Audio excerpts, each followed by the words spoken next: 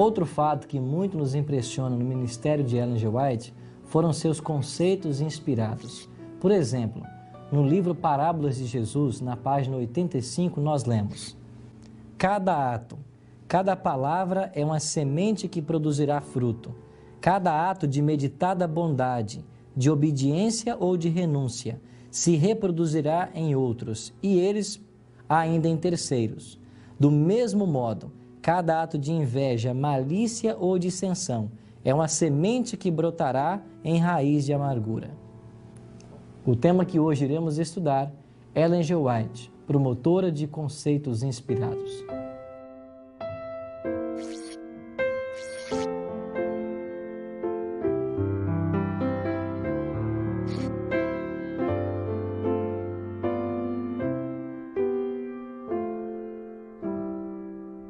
Nós estamos na Universidade Andrews e aqui está o Centro de Pesquisa Ellen G. White. Como este, nós temos 18 centros espalhados pelo mundo. E nós vamos agora visitar juntos o cofre onde guarda os manuscritos originais de Ellen G. White ou parte deles.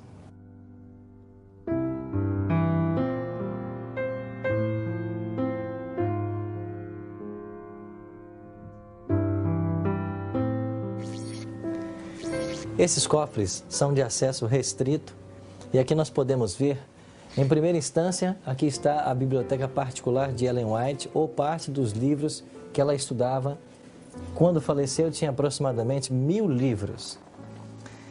Aqui nesse armário estão guardados as cópias e originais das cartas de Ellen G. White.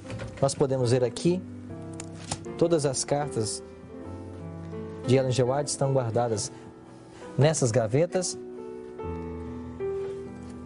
Aqui nós podemos ver, por exemplo, uma das cartas datilografadas. Primeiro a carta ela datilografada, depois isso voltava para a mão de Ellen G. White e ela fazia as correções e era refeito, datilografado outra vez por suas secretárias.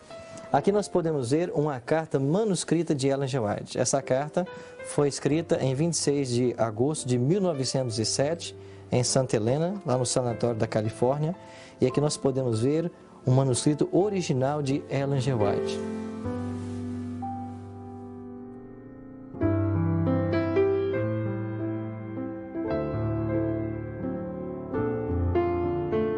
Pastor Tim, qual era o conceito que Ellen G. White tinha de Jesus? Para termos uma ideia do que Ellen White cria a respeito de Jesus Cristo, que é o personagem central dos seus escritos, basta ler o livro Desejado de Todas as Nações e nós temos uma ideia. Essa obra foi avaliada por um dos bibliotecários da Biblioteca do Congresso nos Estados Unidos como a melhor biografia já escrita sobre Cristo nos últimos 300 anos. Mas ali nós temos uma ideia clara de Cristo ali. Você vai ver também que os frutos que ela produziu do seu ministério foram muito importantes, foram muito positivos. E o crescimento da Igreja Adventista e a expansão ao redor do mundo é, em grande parte, o resultado do compromisso com a Bíblia e também com essa manifestação moderna do Espírito de Profecia. Você vai ver que os conselhos de educação dela são tremendamente atuais. Os sobre a obra médica também.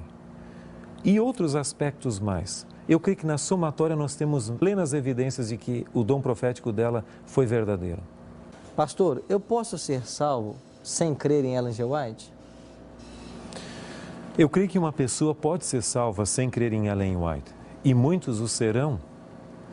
Mas um ponto-chave nessa questão não é crer ou não crer em Ellen White. A pergunta seria, posso eu conscientemente rejeitar um mensageiro que Deus envia para a minha vida e mesmo assim ser salvo? Eu creio que quando o Espírito Santo manda alguém para nossa salvação, para nos admoestar e nos ajudar, e nós conscientemente rejeitamos, a situação é um pouco difícil. Em Lucas capítulo 10, verso 16 é dito, quem vos der ouvidos, ouve-me a mim, e quem vos rejeitar, a mim me rejeita. Quem, porém, me rejeitar, rejeita aquele que me enviou. Então, o ponto crucial não é tanto aceitar ou não Ellen White, mas é a pergunta: foi Ellen White uma profetisa verdadeira ou falsa? Se ela foi falsa, eu devo rejeitá-la. Agora, se ela for verdadeira e eu conscientemente opto por não aceitá-la, eu estou num caminho perigoso. Esse é o ponto crucial. Quem não compreendeu que Ellen White é uma profetisa verdadeira, pode estar escusado, certamente estará. Mas quem teve a oportunidade de compreender e mesmo assim rejeitou, estaria em última instância rejeitando ao Espírito Santo que a colocou no nosso caminho para a nossa salvação. Nós temos várias pessoas que criticam o ministério de Ellen G. White. Inclusive, alguns livros são escritos combatendo Ellen G. White. E uma das acusações que fazem a ela é que ela plagiou certos autores. Como o senhor responderia essa questão de plágio, a acusação de plágio feita a Ellen G. White? Se nós avaliarmos os escritos de Ellen White à luz das leis e direitos autorais de hoje, ela certamente estaria em dificuldade. Mas nós devemos avaliá-la à luz das leis e dos costumes da época em que ela viveu. E com certeza essas leis não eram tão rígidas como são hoje. É interessante que na Bíblia nós temos uma semelhança muito grande entre os livros de Reis e de Crônicas. A pergunta é: quem copiou de quem? Se você pegar os 3 primeiros evangelhos, Mateus, Marcos e Lucas, você vai ver outras grandes porções sendo repetidas num, no outro e no outro, e sem indicação no caso de fonte. Agora, alguém poderia dizer o seguinte: bom, mas aqui está sendo copiados escritos proféticos e não gente de fora. Mas nós temos evidências que boa parte dos ensinos de Cristo também foram ditos correntes de sua época. Alguns colocam nessa categoria, por exemplo, a parábola do rico e do Lázaro. Paulo cita alguns filósofos e poetas gregos em seus escritos, e nem por isso não é inspirado. Então, o mesmo fenômeno que ocorre em Ellen White, ela ter usado o pensamento de outros autores, você encontra na Bíblia também. E se eu disser que isso é inaceitável, eu tenho que dizer que para a Bíblia também o é. Então, esse não é um problema. Nós sabemos que cerca de 80 e poucos % de nossas ideias não são originais. Em algum momento a gente aprendeu de alguém isso. Essa é mais ou menos a média ali. E o dom profético não exige que o profeta seja absolutamente original. Ele pode transmitir ideias que já são conhecidas, até mesmo da história. Então, isso é um critério que nós temos em mente. Agora, um ponto importante é certo que essas perguntas são levantadas, elas são pertinentes, mas eu creio que muitas pessoas se perdem muito com a tecnicalidade das coisas, ou seja, a forma, e esquecem o conteúdo. Por exemplo, eu posso me prender muito ao estudo técnico da Bíblia, da sua forma literária e tudo, e perder de vista a mensagem. Um dos livros mais criticados de Ellen White, nesse sentido, é O Desejar de Todas as Nações. E certa ocasião, uma senhora veio falar comigo a esse respeito, indagando acerca do Desejar de Todas as Nações e a dependência literária. E eu perguntei a ela: você crê que as críticas ao desejado têm lhe fortalecido mais a fé do que o próprio conteúdo do desejado?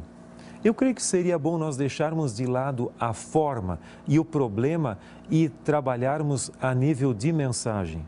Eu só lhe digo uma coisa: não há poder que possa neutralizar a poderosa influência transformadora que acompanha a leitura sincera e com oração do livro Desejar de Todas as Nações. Assim nós vemos que Deus manifestou o dom profético através dessa jovem Ellen Armon, que em 1846 casou-se, tornando-se Ellen G. White. 70 anos de sua vida foram dedicados ao ministério e nesse tempo ajudou no processo do desenvolvimento doutrinário e formativo da Igreja Adventista. Não resta dúvida para nós de que Deus usou essa mulher como sua mensageira no período do fim em que nós estamos vivendo. Por isso, nós devemos buscar, estudar os escritos que ela nos deixou, que é uma luz menor que nos conduz à luz maior, que são conselhos que nos ajudarão a nos preparar melhor para a volta de Jesus. Não quer fazer de você, dos escritos de Ellen G. White, um guia seguro para a sua vida? A minha decisão de hoje é a seguinte: desejo seguir os conselhos de Deus através do ministério profético de Ellen G. White, sabendo que seus escritos são uma luz menor que nos conduz à luz maior, que é a Bíblia Sagrada. Se esta é a sua decisão, ore comigo. Nosso grandioso Deus e Pai que habita nos altos céus, obrigado por esses conselhos maravilhosos deixados por Ellen G. White para todos nós. Que nós possamos buscar o poder dos altos céus para obedecermos a essas orientações e que vivamos à altura da fé que nós professamos. Dai-nos a tua paz ao nosso coração. Te oramos em nome de Jesus. Amém. Todos nós conhecemos Ellen G. White como profetisa, como mensageira do Senhor. Mas poucos de nós conhecem Ellen G. White mulher, esposa, mãe. Esse precisamente será o nosso próximo tema.